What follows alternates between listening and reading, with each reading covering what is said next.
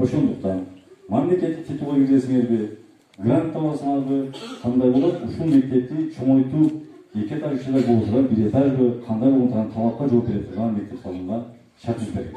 Бул силердин эсиңерде болсун да мындай.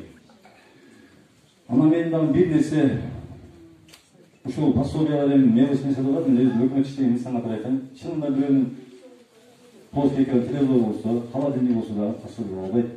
Мен өзүм көйөмүн алам. Мен эмне болом, мен колдон келбейт, мыйзам жогору жактан. Ошондо эске аласыңар.